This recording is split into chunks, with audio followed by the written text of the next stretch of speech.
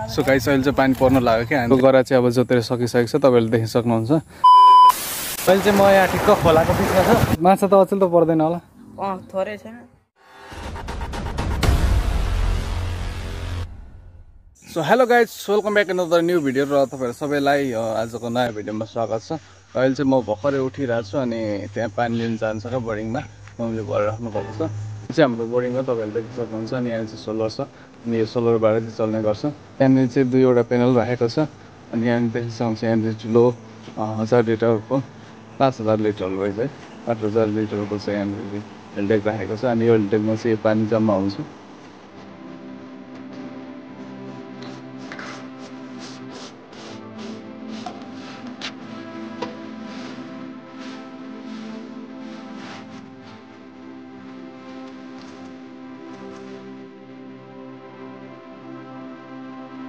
अहिले चाहिँ म गाडीमा पानी बोकिरहेको छु। यो गाडी चाहिँ अलिक ठुलो गाडी छ।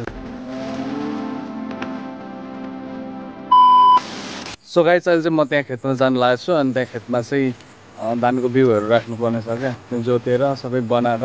धानको बिउ राख्नु छ अनि म चाहिँ त्यहाँ आलीहरू टाँस्नुपर्ने छ। बुवाले अघि राखाहरू चाहिँ सबै लगिसक्नु भएको छ अनि त्यहाँ खेतमा गएर चाहिँ अब असार पनि लाग्नु लाग्छ। असार लागेपछि त टमाटर रोपाइहरू हुन्छ धानहरू रोप्नुपर्छ। हाम्रो खेत चाहिँ त्यहाँनिर छ अनि त्यहाँ चाहिँ बुवाले जोतिराख्नु भएको छ तपाईँहरूले देख्न सक्नुहुन्छ।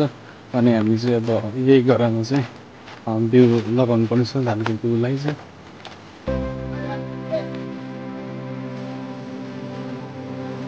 यो आलीहरूलाई फुर्केर आली लगाउनु पर्ने हुन्छ। सो अब म चाहिँ आली लगाउनु गइरहेको छु।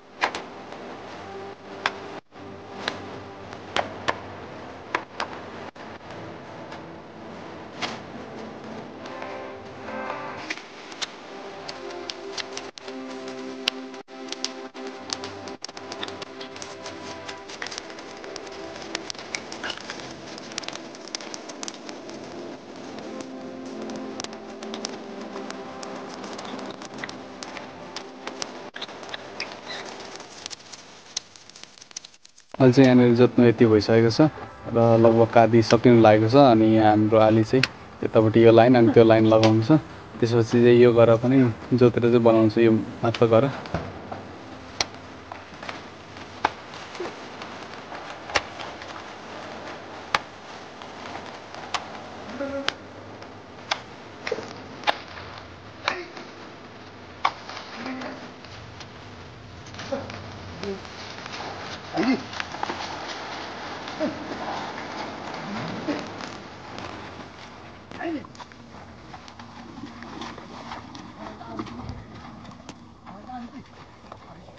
यहाँनिर अहिले चाहिँ जोतेर सकिसकेको छ तर हामीले चाहिँ आली लाउनु अझै बाँकी छ अनि यहाँ चाहिँ अब फेरि अर्कोचोटि पनि जोत्नुपर्ने छ। तर अर्कोचोटि जोत्नुभन्दा अगाडि चाहिँ एकचोटि पट्टा लाएर फेरि जोत्नुपर्ने रहेछ नि त्यही भएर चाहिँ अब त्यो पट्टा लिन गइरहेको छु। यहाँनिर चाहिँ एउटा कुलो छ अनि यहाँनिर तपाईँहरूले देख्न सक्नुहुन्छ यहाँनिर चाहिँ एउटा खेत छ अनि यो खेत चाहिँ पहिला एउटै खेत थियो अनि पछि चाहिँ यो कुलो उठाएर चाहिँ बनाएको। पहिला चाहिँ यहाँनिर चाहिँ एउटा रुखको खोपीवरी बनाएको थियो क्या कुलो अनि त्यति बेला त्यो कुलो चाहिँ चुक्को चुई गर्थ्यो अनि बिग्रे गरेर अनि पछि चाहिँ मान्छेहरूले यहाँनिर तपाईँहरूले देख्न सक्नुहुन्छ यो ढुङ्गाहरू लगाएर चाहिँ यो कुलो उठाएको छ अनि यो ढुङ्गाहरूमा पछि चाहिँ माटोले मजाले बनाएर चाहिँ कुलो उठाएर चाहिँ अहिले खतरा पानी बग्छ। अहिले चाहिँ त्यो चुने सुने समस्या हुँदैन। अनि हाम्रो पट्टा चाहिँ तपाईँहरूले देख्न सक्नुहुन्छ यहाँनिर छ यसलाई चाहिँ पट्टा भन्छ होइन। अब यसलाई चाहिँ म बोकेर अनि त्यहाँनिर गरेर पट्टा लगाएर अनि फेरि जोतेपछि चाहिँ रेडी हुन्छ है। यो पट्टाको चाहिँ अलिक वेट बढी छ है तपाईँहरूले देख्न सक्नुहुन्छ। यो चाहिँ यति ठुलो छ क्या काठ यत्रो ठुलो छ अनि त्यही भएर वेट चाहिँ अलिक बढी छ।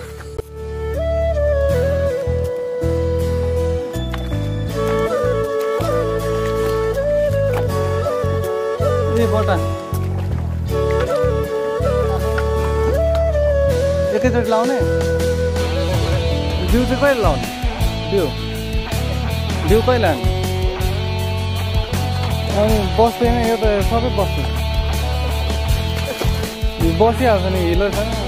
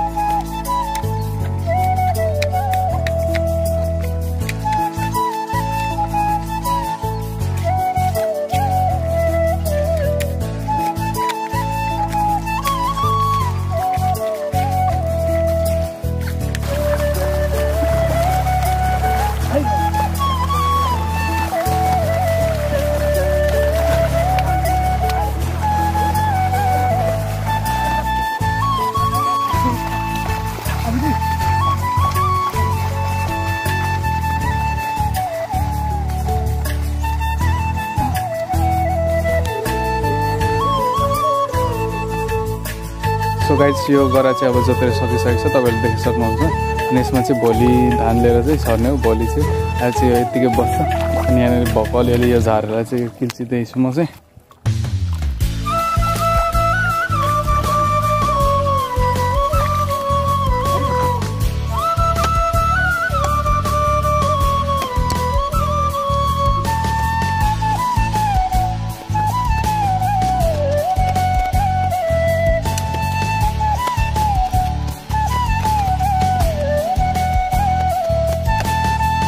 फाइनली खाजा आइसकेको छ होइन खाजा खाँदैछौँ हामी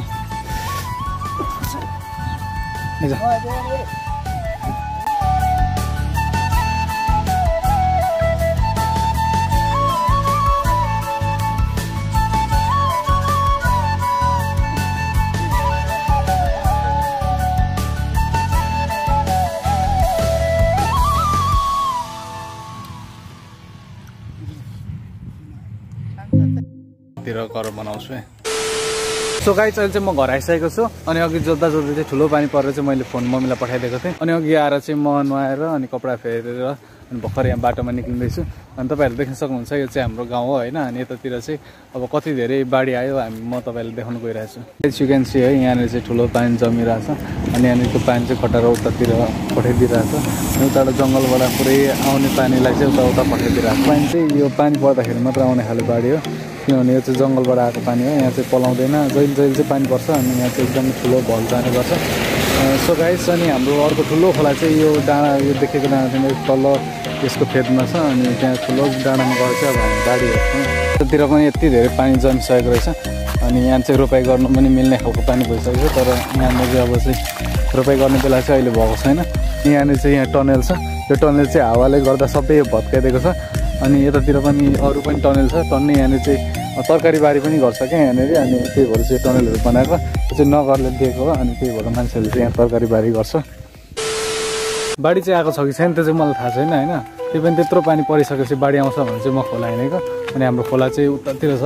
त्यो माथिपट्टि चाहिँ हाम्रो खोला छ तर हेर्दाखेरि चाहिँ बाढी आए जस्तो देखिरहेको छ चाहिँ तपाईँहरू देख्न सक्नुहुन्छ यहाँनिर एउटा इनार छ अनि यहाँ चाहिँ माछाहरू पनि हुन्छ क्या यो इनारमा चाहिँ कहिले काहीँ तर यो क्यामेराले चाहिँ नदेखिँदैन माछा छन् चाहिँ छ यहाँभित्र छ तर देखिँदैन अनि तपाईँहरूले देख्न सक्नुहुन्छ यहाँ एउटा कुवा छ अनि यो हाम्रो कुवा चाहिँ कहिले पनि सुक्दैन क्या कहिले पनि खडेरी जस्तो सुक्यो खडेरीमा पनि सुक्दैन तर योचोटि चाहिँ यो इनार पहिला खनिसकेको थियो अनि यो इनारदेखि अर्को त्यहाँनिर भएको इनार चाहिँ भर्खरै खनेको इनार हो अनि यो दुईवटा इनारले चाहिँ यो मोटरबाट पानी जान्छ क्या यसरी यो पाइपबाट पानी जान्छ अनि यस्तो भएपछि चाहिँ यहाँको पानी सुक्नु थालेको छ अहिले चाहिँ म खोलामा आइसकेको छु र तपाईँहरूले देख्न सक्नुहुन्छ यो चाहिँ हाम्रो मेन खोला हो अनि बाढी चाहिँ एकदम ठुलो आइरहेछ होइन यो चाहिँ नर्मल बाढी हो क्या अहिलेको बाढी चाहिँ नर्मल बाढी हो यो त थोरै पानी परेर यतिको बाढी आएको पछि यो ठुलो पानी पर्दाखेरि चाहिँ बाढी आउँदाखेरि चाहिँ एकदमै ठुलो पानी पर्छ क्या यो चाहिँ पुरै वारपार हुने गरी पुरै कोसी जतिकै पानी बग्छ यो पानी चाहिँ सो तपाईँहरूले देख्न सक्नुहुन्छ यस्तो धमिलो पानी छ अनि यस्तो यो धमिलो पानीमा चाहिँ पछि चाहिँ बाढी आइरहेको बेला चाहिँ बल्छीहरू थाप्दाखेरि चाहिँ माछाहरू पनि ठुल्ठुलो माछाहरू पर्छ तपाईँहरूले देख्न सक्नुहुन्छ उहाँ एउटा भाइ चाहिँ माछा मारिरहेको रहेछ क्या ओखु चाहिँ कति माछा पर्छ अचेलको बाढीमा नि माछा पर्छ अलिक धेरै बाढी पो आउनु दिनु पर्यो पर्दैन कति बेला आएको बाढी कसले दिएको बल्छ एउटा पनि परेन अचल त कहाँ पर्छ त नि बाढी गाइस यो बाढी चाहिँ यति ठुलो छ होइन तर म तर्नु सक्छु कि सक्दिनँ एकचोटि चेक गर्छु यो ठुलो बाढी भए पनि म चाहिँ ट्राई गर्छु कतिको सक्छु कि सक्दैन भनेर सो अब म चाहिँ तर्नु गइरहेको छु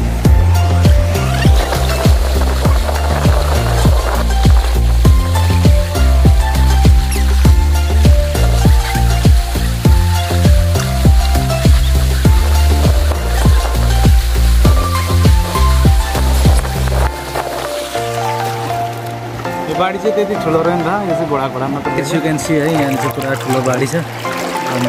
बाढी चाहिँ बगिरहेको छ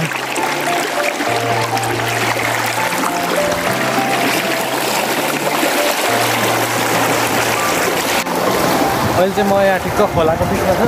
अनि यो पानी चाहिँ एकदम धमिलो छ यो चाहिँ उता पाहाडबाट बगेर आएको पानी हो त्यही भएर पाहाडबाट बगेर आएको भएर यो चाहिँ बग्दै बग्दै आएको भएर यो हिलोहरू माटोहरू ठिकै बाढीहरू बगाउँदै आउँछ क्या सो यो पानी चाहिँ गएर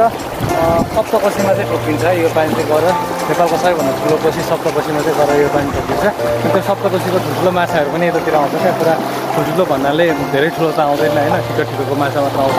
सो अनि यही हो हाम्रो खोला चाहिँ अनि यहाँनिरको पानी चाहिँ एकदमै कहिले पनि सुक्दैन यो खोला चाहिँ होइन अनि एकदमै राम्रो पानी आउँछ यहाँनिर चाहिँ अहिले चाहिँ बाढी भएर यस्तो धमिलो पानी आउँछ यहाँनिर चाहिँ एउटा सानो घर बनाएको छ अनि यो घर चाहिँ यतातिरको यो मकैहरू रुङ्नुको लागि यहाँनिर चाहिँ मकै बाँदरहरू आउँछ क्या यो जङ्गलबाट चाहिँ बाँदरहरू आउँछ मकै खाइदिन्छ अनि त्यही भएर चाहिँ यो घर जस्तो बनाएर चाहिँ यहाँनिर मान्छेहरू बस्छ अनि यहाँ तपाईँले देख्नुहोस् न यो चाहिँ ग्याटिस छ अनि ग्याटिसले चाहिँ त्यो बाँदरहरू आएकोलाई हान्दै मान्छेहरू चाहिँ बस्छ अनि यहाँनिर यो बुनुहरू चाहिँ त्यही बाँदर रुङ्न आएको अनि त्यो अघिको माछा मार्ने भए पनि यसले खोला पनि देखिसक्नु भएको छ र यो खोला चाहिँ एकदमै ठुलो छ होइन अनि यो खोला चाहिँ गएर अन्तिममा चाहिँ सप्तकोशीमै मिसिन्छ सो गाइस अहिले चाहिँ मैले खोला पनि तपाईँहरूलाई देखाइसकेको छु र अब चाहिँ म घर जान्छु अनि भनेको माछा मार्नु बाढी खतरा आएको छ माछा टर्नै पर्छ त्यो दाइहरू चाहिँ पुरा माछा मार्नु गइरहेको छ अनि त्यहाँ चाहिँ बाढीमा चाहिँ थुप्रो माछा पर्छ क्या त्यो झोल उगायो भने बुवा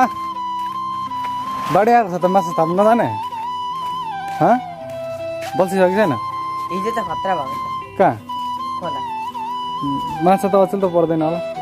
थोरै छैन कहाँ केबाट पर्छ छ नि माछा छैन यत्रो यति छिटो बाढीमा आउँछ होइन माछा छ क्या अहिलेको पर्दैन ऊ त के भयो मेरो बल्छी त उहाँ अन्त लगेको छ मनिजले लगेको किन्नु जाने पैसा दिन्छ लाला गरेर लिएर आउने अलिक पछिबाट मात्र मारौँ ल माछा अहिले नमारौँ यसको लागि चैत अन्तिम भयो जेठ लागिसक्यो जेठ अन्तिममा अनि ऊ त स्कुल आज बिदा हो किन होइन तिमीहरू हाम्रो पनि पुरा बिदा भइसक्यो अब चाहिँ दह्रो माछा मार्नुपर्छ ल 2 दिन बिदा हुन्छ दह्रो माछा मार्नुपर्छ सो गाइस अहिले चाहिँ म घर आइसकेको छु र अहिलेसम्म भिडियो हेरेर साथ दिनुभयो त्यसको लागि थ्याङ्क यू सो मच भन्न चाहन्छु र आजको भ्लगलाई म यहीँ अन्त्य गर्न चाहन्छु।